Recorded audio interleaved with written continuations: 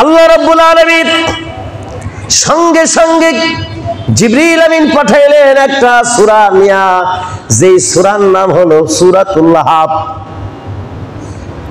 এই সূরার ভিতরে 5টি আয়াত রয়েছে।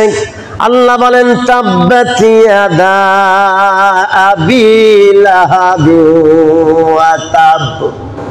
আমার সাথে বলেন তাব্বাত ইয়াদা আবি লাহাব ওয়া তাব।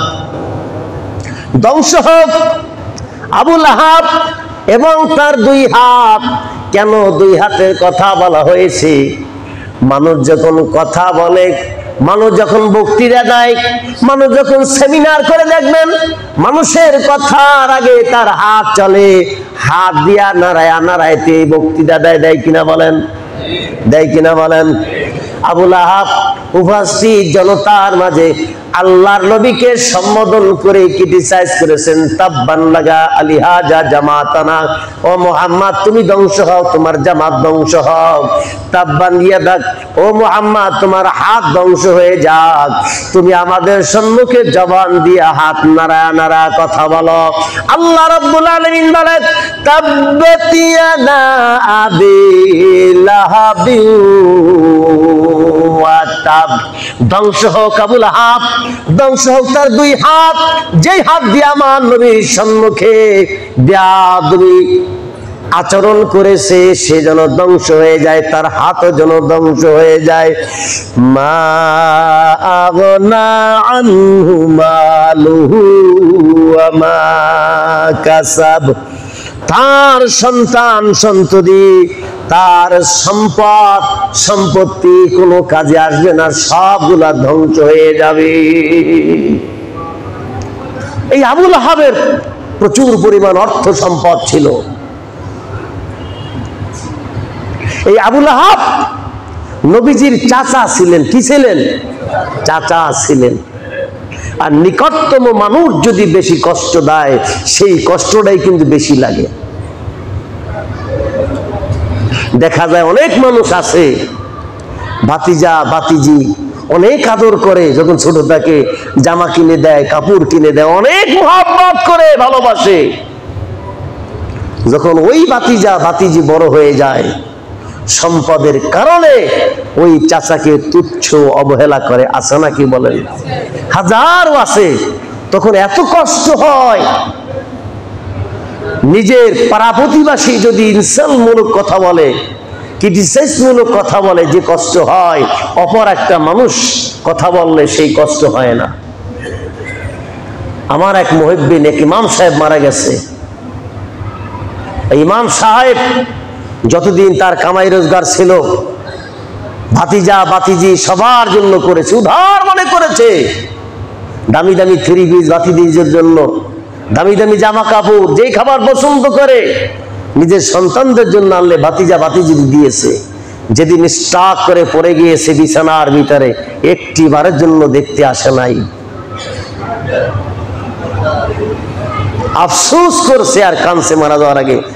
কত মনে চায় ভাতিজা ভাতিজিদেরকে দেখতে, কি এমন অপরাধ করলেন যে আমাকে একটু আবার দেখতেও আসলো না। আজকে কবর দেশের বাসিন্দা, আমি মরে যাব, কবরে চলে যাব, আমাকে খাইবে পোকে, আমার সম্পদ খাইবে পরে। জোরে বলেন, আমার সম্পদ কে খাবে? পরে খাবে। এজন্য সম্পদের মোহে পড়ে আত্মীয় স্বজনকে ছিন্নতা করবেন না। আত্মীয় স্বজন ছিন্নকারীর ইবাদত আল্লাহ পছন্দ করেন না, কবুল করেন না। আল্লাহ আমাদের সবাইকে বোঝার তৌফিক দান করুন, সকলে বলি আমিন। নবীজি সাল্লাল্লাহু আলাইহি ওয়াসাল্লাম মনে খুব আঘাত পেলেন। আল্লাহ রাব্বুল আলামিন সান্ত্বনা দেন, ও বন্ধু আমার, মা আগনা আনহু মালুহু ওয়া মা কাসাব। এই আবু লাহাব যেদিন দুনিয়া থেকে বিদায় হয়ে যাবে, তার ধন সম্পদ সন্তান সন্ততি কোনো কাজে আসবে না। আল্লাহু আকবার। সায়াসুল্লা নারান যাত লাহাব। অচিরেই সেই এই আবু লাহাব উত্তপ্ত অগ্নিগিরির ভিতরে অর্থাৎ জাহান্নামের ভিতরে নিক্ষিপ্ত হবে। ওয়ামরাআতুহু হাম্মালাতাল হাতাব, শুধু সে একা নয়, তার সাথে তার বিবিও যাবে। ওয়ামরাআতুহু হাম্মালাতাল হাতাব, সে বিবির চরিত্র কি? সে জংলা থেকে কাঠ কেটে, বিষাক্ত কাঁটাগুলো, কাঁটাযুক্ত ঢালগুলো কেটে নবীজি শেষ রাতে মসজিদে যাইতেন নামাজ পড়ার জন্য, আর রাস্তার ভিতরে কাঁটা বিছিয়ে দিত। আল্লাহ তার চরিত্রের কথা বলে দিয়েছে যে তার একটা স্ত্রী আছে, যে স্ত্রীটা বক, যে স্ত্রীর চরিত্র খুব খারাপ।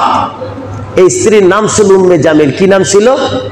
উম্মে জামিল, মানে অত্যন্ত সুন্দরী, সুন্দরীদের মা যাকে বলা হইতো। এই সুন্দরী রূপের অহংকারের অহমিকায় পড়ে গিয়ে মুহাম্মদ সাল্লাল্লাহু আলাইহি সাল্লামকে সর্বদা তিনি ইনসাল করতেন, তিরস্কার করতেন।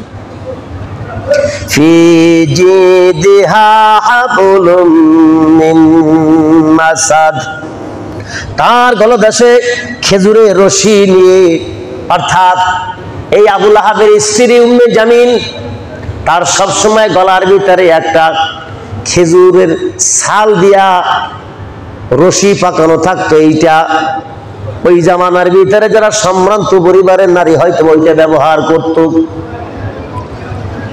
আল্লাহ রাব্বুল আলামিন আহকামুল হাকিমিন, যুগে যুগে যারা নবীদের বিরুদ্ধে করেছে, যারা ইসলামের বিরুদ্ধিতা আচরণ করেছে, কোরআনের বিরোধিতা করেছে, কিয়ামত পর্যন্ত আল্লাহ তাআলা তাদেরকে অভিশাপ দিয়ে দিলেন, ধ্বংসের কথা শুনিয়ে দিলেন। ইসলাম বিজয় হবেই হবে। ইসলামকে কেউ কোনোদিন দাবায় রাখতে পারবে না। পারবে? জোরে বলেন, পারবে? মসজিদ কিয়ামত পর্যন্ত থাকবে, আযান কিয়ামত পর্যন্ত থাকবে। লা তাকুমুস সাআতু হাত্তা ইয়াকুলার রাজুলু আল্লাহ আল্লাহ আল্লাহ আল্লাহ, অতক্ষণ পর্যন্ত কিয়ামত হবে না যতক্ষণ পর্যন্ত আল্লাহ আল্লাহ বলনেওয়ালা পৃথিবীর জমিনের ভিতরে একজন মানুষ থাকবে। সুবহানাল্লাহ বলেন। আসুন এই আবু লাহাবের করুণ পরিস্থিতি, তার জীবন সম্বন্ধে আমরা কিছু শুনি। যেদিন বদরের যুদ্ধ শুরু হয়, এই বদরের যুদ্ধে আবু লাহাবও অংশগ্রহণ করছিল, কিন্তু আবু লাহাব অত্যন্ত চালাক, অত্যন্ত ধুরন্ধর। যখন দেখছে মুসলমান জয় হয়ে যাচ্ছে, আমরা তাদের সাথে পারবো না, কাফেরদের সংখ্যা ছিল 1000 উপরে, মুসলমান 313 জন। কয়জন? 313 জন মুসলমান। কিছু ভাঙা তরবারি, মুজাহিদদের পেটে খাবার নাই, রমজান মাস রোজা অবস্থায় মরুভূমির ভিতরে একজন হাজী সাহেব বলছেন, জামরাতে পাথর মেরে আসতে গিয়া তাঁবুর ভিতরে আমি 27 বোতল পানি খেয়েছি। আল্লাহু আকবার বলেন। রাস্তার ভিতরে, যেখানে রাস্তাকে ঠান্ডা করার জন্য আপনার ফ্যানের সাথে পানি দেওয়া হয়, এর ভিতর দিয়েও এক হাজী বলেন 25 থেকে 27 বোতল পানি আমি এই যাওয়ার ভিতরে যে পাথর মেরে আমি তাঁবুতে আসছি, এর ভিতরে 25 বোতল পানি খেয়েছি। আর সাহাবা আজমাইন বদরে যেদিন যুদ্ধ করছে, রোজা অবস্থায় কি অবস্থার ভিতরে তারা যুদ্ধ করেছে, অনাহার, পেটে খাবার নাই, ভালো পোশাক নাই, যুদ্ধের অস্ত্র নাই। 313 জন সাহাবী নিয়া নবীজি যখন দাঁড়াইছে, কাফেররা প্রথমে হাসতেছে আর ইনসাল করতেছে, মুহাম্মদ আজকেই তোমাকে সমূলে খতম করা হবে, ইসলাম নামক কোন জিনিস পৃথিবীর ভিতরে থাকবে না। আল্লাহ রাব্বুল আলামিন আহকামুল হাকিমিনের দুষ্ট হাবিব প্যার নবী পেরেশান, সাহাবীদেরকে নিয়া নবীজি একবার তাঁবুতে ঢোকে, আর একবার আসে, আবার নবীজি খোলা আকাশের নিচে এইরকম হাত টান টান করে ডাকতেছে, আল্লাহ আমার এই 313 জন সাহাবী যদি আজকে শহীদ হয়ে যায়, আল্লাহ আগামী দিন তুমি আল্লাহর নাম নিবার মতো মানুষ থাকবে না। আল্লাহু আকবার বলেন। আল্লাহ রাব্বুল আলামিন আহকামুল হাকিমিন জিবরিল আমিনকে পাঠাইলেন। সুবহানাল্লাহ বলেন। জিবরিল আমিন সাদা একটা ঘোড়ার উপরে সাদা পোশাক পরা অবস্থায়, সাদা পাগড়ি পরা অবস্থায় জিবরিল আমিন আসলেন নবীজির কাছে। ওগো আল্লাহর নবী, আপনি ঘাবড়াবেন না, টেনশন করবেন না, চিন্তা করবেন না, আমার আল্লাহ রাব্বুল আলামিন আপনাকে একা ছেড়ে দেন না। বেজেছে দামামা পরে নিয়া মামা শির সাকার মুসলমান, দাওয়াত এসেছে নয়া জামানার ভাঙা কেল্লায় নিশান। আল্লাহু আকবার বলেন। আল্লাহর নবীর কাছে জিবরিল আমিন আসলেন। ওগো আল্লাহর হাবিব, আমার আল্লাহ আপনাকে সালাম জানাইছেন আর বলেছেন আমার হাবিব যেন কোনো টেনশন না করে, কোনো চিন্তা না করে আমার হাবিবকে বলে দেন বদরের এক প্রান্ত থেকে আর এক প্রান্ত তাকাইয়া দেখতে গোটা বদরের ভিতরে হাজার হাজার সৈনিক ফেরেশতা আল্লাহ তাআলার জিবরিল আমিনের নেতৃত্বে এসে গেছে। সুবহানাল্লাহি ওয়া বিহামদিহি সুবহানাল্লাহিল আযীম। যখন বদর যুদ্ধ সংগঠিত হলো, আবু জেহেল পর্যন্ত মারা গেছে বদরের যুদ্ধের ভিতরে। মক্কার বড় বড় কাফেরদের নেতারা তারা চলে গেছে, মারা গেছে। আবু লাহাব দেখছে অবস্থা খুব খারাপ, এখান তো একটু টিকা যাবে না, মুহাম্মাদের মার খেইতে হইবে। আরো যে এই সূরা লাহাব আমার ঘরে নাজিল হইছে, আমি এখানে মরতে থাকবো। এ খেয়েছে মক্কায় দৌড়। কোথায়? মক্কায় চলে গেছে।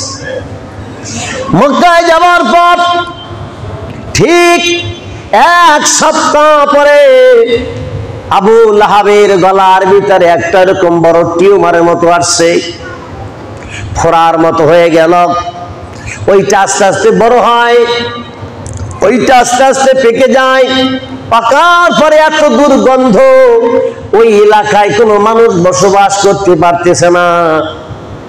সব মানুষেরা একত্রিত হইয়া সবাই পরামর্শ করলো, হয় আবু লাহাব থাকুক না আমরা থাকি। কি হয়? আবু লাহাব থাকুক না হয় আমরা থাকি। ওর গন্ধের কারণে আমরা কেউ টিকতে পারতেছি না। ওর গন্ধের কারণে কি আমরা কেউ টিকতে পারতেছি না। আজকে আপনি অর্থ সম্পদের মালিক, কালকে তো অর্থ নাও থাকতে পারে। কি বলেন? কি বলেন? এই জন্য আপনার অর্থের ভিতরে, আপনার সম্পদের ভিতরে আপনার ভাইয়ের হক আছে, আপনার বোনের হক আছে, আপনার মায়ের হক আছে, আপনার পাড়া প্রতিবেশীর হক আছে, আপনার এই সম্পদের ভিতরে এই মসজিদের একটা হক আছে। আছে কিনা বলেন? কি আছে কিনা বলেন? একটা দান বাক্স যায়, বিশ্বাস করেন ও দান বাক্স যদি কথা বলতে পারতো, আল্লাহর কসম আমার মনে হয় বলতো হুজুর দিয়েন না, আমার একটা আত্মমর্যাদা আছে। খালি সবাই খালি ছড়ায়। আরে বাবা, 5টা টাকা, এক কাপ 4টা টাকা, একটা বিস্কুট 5টা টাকা। কেন আমরা পারি না? বাসা থেকে যখন বের হয়ে আসি 10টা টাকা আমি এশার নামাজে দান করব, 10টা টাকা আমি মাগরিব নামাজে মসজিদে আল্লাহর ঘরে দান করব। আজকে শুক্রবার 8 থেকে 10,000 মানুষ নামাজ পড়বে। যদি 10টা করে টাকা আমরা দেই, তাতে 80,000 থেকে 1 লক্ষ টাকা হওয়ার কথা। রাগ করছেন? কিন্তু টাকা গুনে দেখবেন হয় 25,000, নয় 26,000, নইলে 27,000, বড় জোর গেলে 30,000, হাইয়েস্ট 33,000, এর উপর উঠবেই না। আমরা একটু নিজেকে চেঞ্জ করতে পারি না? মানুষ কয় জায়গায় টাকা দেয় জানেন? আমি রিসার্চ করে পাইছি, মানুষ হয় হাসপাতালে টাকা দেবে, দিবেই দেবে, টাকা যেটা যাবার কাম যাইবেই। না হয় মানুষ পুলিশে টাকা দেবে, না হয় ডাকাইতে টাকা দেবে, নইলে পকেট মাইরে টাকা দেবে। আর যদি জুয়ান বউ থাকে, হয়তো বউ টাকা লই বড় করে ভাগ্যে যাইবে। রাগ করছেন? হাজার ঘটনা আছে এরকম। বিদেশ থেকে বোন নামে টাকা পাঠাইছে, জীবন জৈবন সব শেষ করছে টাকা করে কামাইতে যাইয়া, উনি এয়ারপোর্টে নামতে দেরি বাড়ি এই বউ দেখে বউ চিল্লাই গেছে। কি আছে না কি বলেন?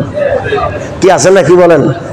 আলহামদুলিল্লাহ, আমার 7 নম্বর এলাকার মায়েরা খুব ভালো, এরকম কাজে নাই তারা, আলহামদুলিল্লাহ, আল্লাহ শুকরিয়া। যাই হোক, এজন্য বলছি যে কিছু টাকা আমরা নিয়ে আসতে পারি না, কি বলেন? পারি না? রাজি আছি ইনশাআল্লাহ? মসজিদ আল্লাহ পাকের ঘর, রক্ষণাবেক্ষণের দায়িত্ব আপনার আর আমার।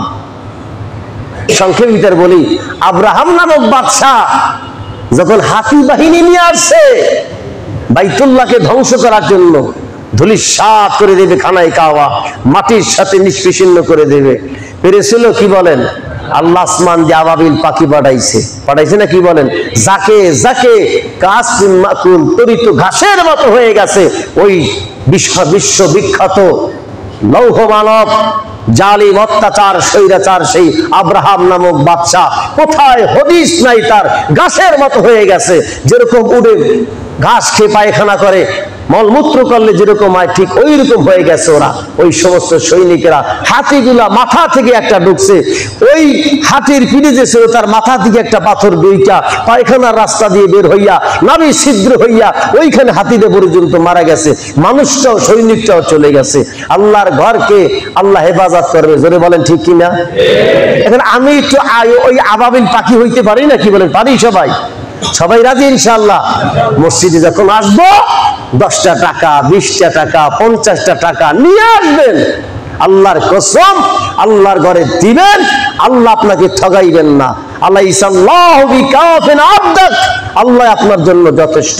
আপনি যখন আল্লাহর ঘরে একটা দান করেন, নিজের হাত দিয়ে যখন দানবাসকে দিতেছেন, আল্লাহ দেখতেছে না? কি বলেন? আল্লাহ দেখতেছে না? কেউ যদি আমার ঘরকে হেফাজত করতে আসে, কেউ যদি আমার সন্তানরা একটা চিপস কিনে দেয়, কেউ যদি আমার ছেলেটাকে একটা বিস্কুট কিনে দেয়, তাতে যদি আমি বাবা কিরকম খুশি। আমি নূর হোসাইন নেসারিকে যদি ওই যে ক্যাফে আলম হোটেলে নিয়া, আলবারাকা হোটেলে নিয়া, দামি দামি রেস্টুরেন্টে নিয়া আমাকে যত ভিআইপি ভাবে খাওয়াক না কেন, অতটা খুশি হই না যে আমার বাচ্চাকে যদি কেউ একটা কিছু কিনে দেয় তাতে যদি খুশি হই। আর আল্লাহ তাআলা বলে, আমার ঘরকে কেউ যদি হেফাজত করে, আমার কোরআনকে যদি কেউ হেফাজত করতে চায়, যদি কেউ সাহায্যের হাত বাড়ায়, আমি আল্লাহ তার জন্য যথেষ্ট হয়ে যাই। সুবহানাল্লাহ বলেন। আবু লাহাব ধন সম্পদের, অনেক ধন সম্পদের মালিক ছিল, তার সন্তান সন্ততি ছিল অনেক, গর্ব করত। আমি যদি বিপদে পড়ি, তোমার খোদাই যদি মুহাম্মদকে বলতেন সাল্লাল্লাহু আলাইহি সাল্লাম, তোমার খোদাই যদি কোন আযাব গজব দেয়, তখন আমার সম্পদ, আমার সন্তানদের আমি তাকে প্রতিহত করব। নাউযুবিল্লাহি মিন যালিক। কিন্তু যখন সে মরণ ব্যাধি ক্যান্সারে আক্রান্ত হয়ে গেল, যখন সে মরণ ভাইরাসে আক্রান্ত হয়ে গেল, তার ওই ফোঁড়াটা ফেটে গেল, দুর্গন্ধ এলাকার মানুষ টিকতে পারে নাই। অবশেষে তাকে কি করেছে, সবাই ধরে একটা মরুভূমির ভিতরে একটা জায়গায় তারে রেখে আসছে। কয়েকদিন সেখানে মৃত্যু যন্ত্রণায় ছটফট করতে করতে সে মারা গেছে। মারা যাওয়ার 3 দিন পর্যন্ত তার ছেলে সন্তান, আত্মীয় স্বজন, স্ত্রী, পরিবার পরিজন কেউ যায় নাই তারে দেখার জন্য, সে ওখানে মারা গেছে। অবশেষে বাড়ির চাকরানি, বাড়ির কাজের যারা মানুষ আছে তাদেরকে কিছু টাকা পয়সা দিয়া বলছে কোনো মতে বালুর ভিতরে গেড়ে দিয়ে আসো। আল্লাহ তাই বলতেছেন, মা আগনা আনহু মালুহু ওয়া মা কাসাব। ও দুনিয়ার মানুষ শোনো, যখন আবু লাহাব ধ্বংস হয়ে গেল, তখন তার সম্পদ, তার অহমিকা, তার অহংকার, তার সন্তান সন্ততি কোনো কাজে আসে নাই। যুগে যুগে যারা অহংকার করবা, যারা অত্যাচারিত করবা, যারা ইসলামের বিরুদ্ধে চলবা, যারা মসজিদ মাদ্রাসার বিরুদ্ধে চলবা, যারা আমি আল্লাহর একাত্মবাদকে ছেড়ে দিবা, যারা নামাজ পড়বা না, রোজা রাখবা না, শরীয়তের বিধিবিধান মানবা না, যারা অসত্যের পথে চলবা, শোনো শোনো, আমি আল্লাহ রাব্বুল আলামিন বললাম, ইহদিনাস সিরাতাল মুস্তাকিম। আমার পথ হলো সিরাতে মুস্তাকিম, সহজ সরল পথ। আর এই সহজ সরল পথের রাস্তা দেখাইছেন মুহাম্মাদুর রাসূলুল্লাহ সাল্লাল্লাহু আলাইহি ওয়াসাল্লাম। তোমাদের জন্য বিধান হলো সবাই ইহদিনাস সিরাতাল মুস্তাকিম, সহজ সরল পথ, ইসলামের পথ, এই পথেই তোমরা চলবা। এই পথের ভিতরেই হলো তোমাদের জন্য কামিয়াবি আর সফলতা। গায়রিল মাগদুবি আলাইহিম ওয়ালাদ-দাল্লিন।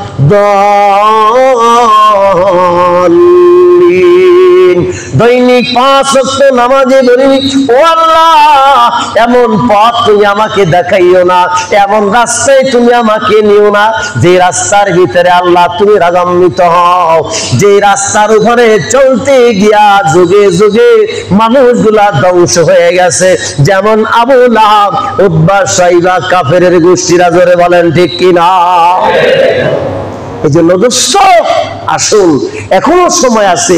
আমার নিজের জীবনটাকে, আমার 3.5 হাত বডিটাকে আমি সমুদ্র নামক ইসলামের মহা সমুদ্রের ভিতরে আমি ভাসিয়ে দেই।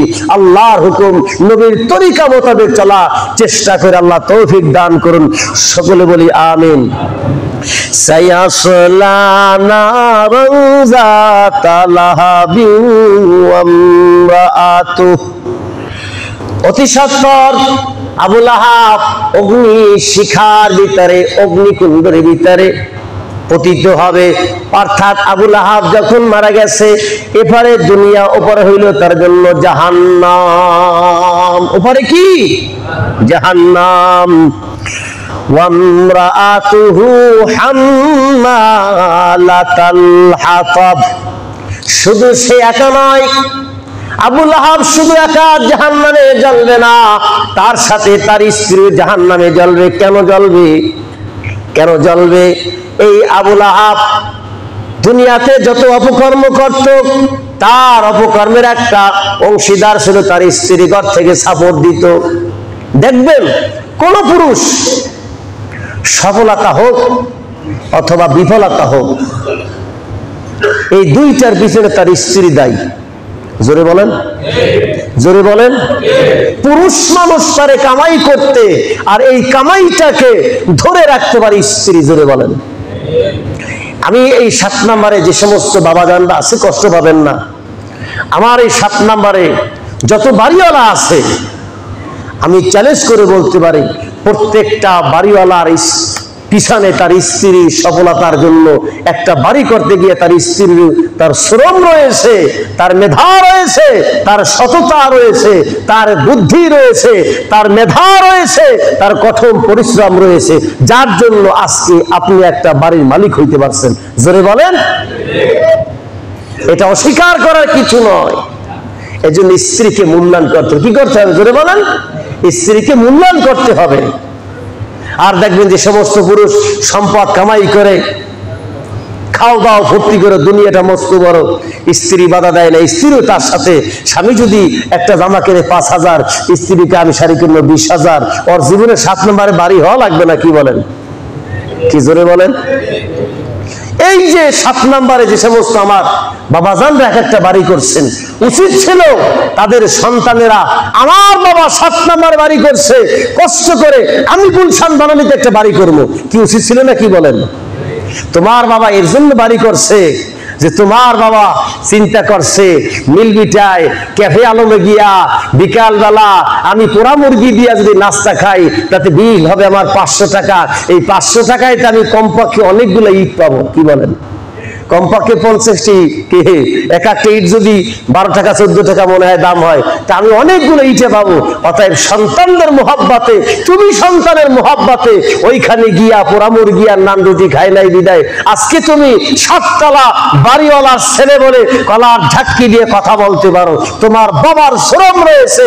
অদূর ভবিষ্যতে তুমি যখন বড় হবে সন্তান, ওই বাবার চোখের দিকে তাকায়া কথা বলার মতো দুঃসাহস আর বেয়াদবি কোনোদিন করবে না। খবরদার, যতদিন এই বাবা আছে শ্রদ্ধা নজর করবা, সম্মান করবা। জোরে বলেন ঠিক কিনা? এটাই তো ইসলাম শিক্ষা দেয়। আলহামদুলিল্লাহ বলেন।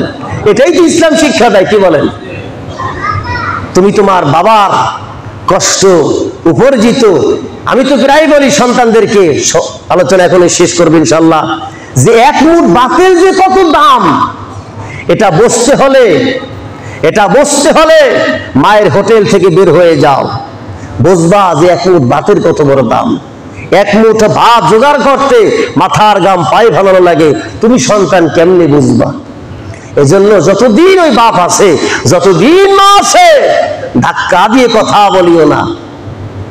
খবরদার, সম্মান করবা, ইজ্জত করবা, তাই তোমার সন্তানরাও তোমাকে ইজ্জত করবে, সম্মান করবে। একটা ছেলে বাপেরে মারতে মারতে, আপনাদের দেশে কি জানি না, প্রথম বড় ঘর, তারপরে কি আমাদের আইটনা বলা হয়, আপনাদের কি বলে জানি না, বা অনেকদের বারান্দাও বলে। কাঠের ঘরে দুইটা পার্ট ছিল, ভিতরে একটা বড় ঘর ছিল, সামনে একটা বারান্দার মতো ছিল, যে বারান্দা বলেন বা আইটনা বলেন, এক এক দেশের ভাষায় এক এক রকম বলে। একটা বাপেরে ছেলে খালি মারতেছে, বুঝছেন? এখন মায়ের খাইয়া বাপে এই চৌকট ধরে বইস, কিন্তু চৌকট মোটে ছাড়ে না, ঘরে চৌকট ধরে বইছে। একজন এই কয়, ওরা তো মায়ের খাও, চৌকটটা ছাড়ো না কা, চৌকটটা ছাড়িয়া তো দৌড় দিতে পারো। কারে আমার তো মারতে মারতে পোলায় ঘরে বারান্দা পর্যন্ত আছে, আমি চৌকট দিয়ে বাইরেই না, ওর পোলা যখন মারতে মারতে চৌকট দিয়ে বাইর করে ফেলাইবে, ও যাইবে কোথায়? আজকে আমি মার খাইয়া বারান্দার চৌকট ধরে আসি, আমি এর জন্য বাইরে যাই না, আমি চৌকট ধরে আসি, ওদের ভবিষ্যতে ওর ছেলে মারি দিতে দিতে তোরে ঘরে বাইরে ফেলাইবে, তখন তোর কবর ছাড়া কোনো জায়গা হবে না।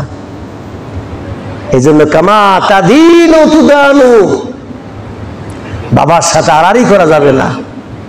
বাবা কিচ্ছু দেয় নাই, তোমার মতো একটা ছেলে জন্ম দিয়েছে, এটাই বড় কিছু। যার উসিলায় তুমি মুখ দেখেছো, মা কিচ্ছু করে নাই, কিন্তু মায়ের উসিলায় দুনিয়ার মুখ দেখেছো, এটাই তোমার জন্য বহু বড় সফলতা তার। আল্লাহু আকবার। আল্লাহ আমাদের সবাইকে বোঝার তৌফিক দান করো, সবাই বলি আমিন। আর এই আবু লাহাব, সে যখন জাহান্নামে যাবে, তার স্ত্রীও জাহান্নামে যাবে, আর তার স্ত্রীর কাজ হলো জাহান্নামের লাকড়িগুলো এনে তার স্বামীকে এভাবে কি করবে, সে খালি দিতে থাকবে আর আগুনের ভিতরে জ্বলতে থাকবে। এই জন্য আসুন আমরা সবাই নিজে ভালো হই, আমার স্ত্রীকে ভালো পথে চালাই, আমার সন্তানদেরকেও ভালো পথে চালাই। আল্লাহ জাল্লাহ শান আমাদের তৌফিক দান করুন, সকলে বলি আমিন।